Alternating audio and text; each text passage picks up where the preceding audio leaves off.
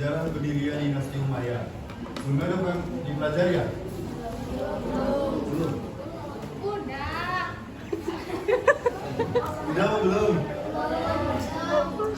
Mau. Lanjut aja, Bang. Oke. Yang pertama, kita akan membahas tentang asal-usul Bani Umayyah. Sebutan atau penamaan Bani Umayyah diambil dari nama salah seorang tokoh dari kalangan suku Quraisy pada masa jahiliyah yang bernama Umayyah bin Abdul Syams. Umayyah hidup pada masa sebelum Islam. Dinasti Umayyah didirikan oleh Muawiyah bin Abu Sufyan dengan pusat pemerintahnya di Damaskus pada tahun 41 sampai 132 Hijriah atau 661 sampai dengan 750 Masehi.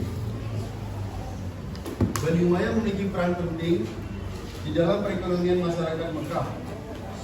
Keahlian mereka dalam berdagang cukup disegani kabilah lain. Ada yang tahu arti kabilah? Yang bisa jawab angkat tangan coba, Dek. Ayo yang bisa Yang bisa jawab. jawab. Nanti ada hadiah. Ada hadiahnya. Bubur. Ya, yang bisa jawab angkat tangan jawab. Iya. Apa? Ya, betul. Jadi Mana? kalian mereka dalam berdagang cukup disegani kabilah lain, bahkan pada masyarakat luar Mekah.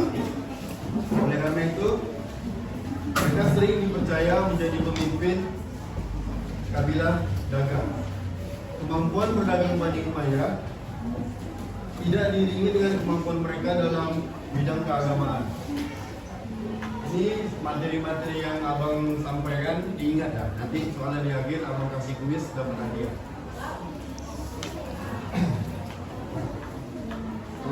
Umayyah memiliki paman yang bernama Hashim bin Abdul Manaf, yang kemudian keturunannya menggunakan nama kelompoknya dengan sebutan Bani Hashim.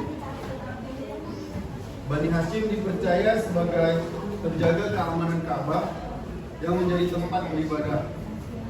Selain itu, mereka juga dipercaya menjabat sikoyah yang bertanggung jawab memberi air zam-zam bagi para penjara Ka'bah. Meski demikian, dalam kedudukan bangsa Quraisy Mekah, kedua bani ini dipandang penting dan terhormat. Bila ada yang berkenaan dengan masalah dunia, maka mereka bertanya kepada Bani Umayyah. Untuk urusan agama, mereka bertanya kepada Bani Hashim. Bani Umayyah memiliki pengaruh cukup kuat di kalangan masyarakat Quraisy, baik sebelum maupun setelah memeluk agama Islam. Sebelum memeluk agama Islam, Bani Umayyah melakukan perlawanan terhadap dakwah Nabi Muhammad SAW dan diikuti oleh orang-orang Quraisy. Sementara itu, Bani Hashim mendukung dakwah Nabi Muhammad SAW. Jadi dari sini bisa kita simpulkan kalau Bani Umayyah dan Bani Hashim itu bertentangan dalam hal mendukung ataupun tidak pada dakwah Nabi Muhammad SAW. Demikian pula ketika mereka masuk Islam pada peristiwa Fathu Makkah, banyak orang yang semula kafir mengikuti langkah Bani Umayyah. Ada salah tokoh dari Bani Umayyah bernama Abu Sufyan. Dia dikenal sebagai pribadi yang pandai berdiplomasi.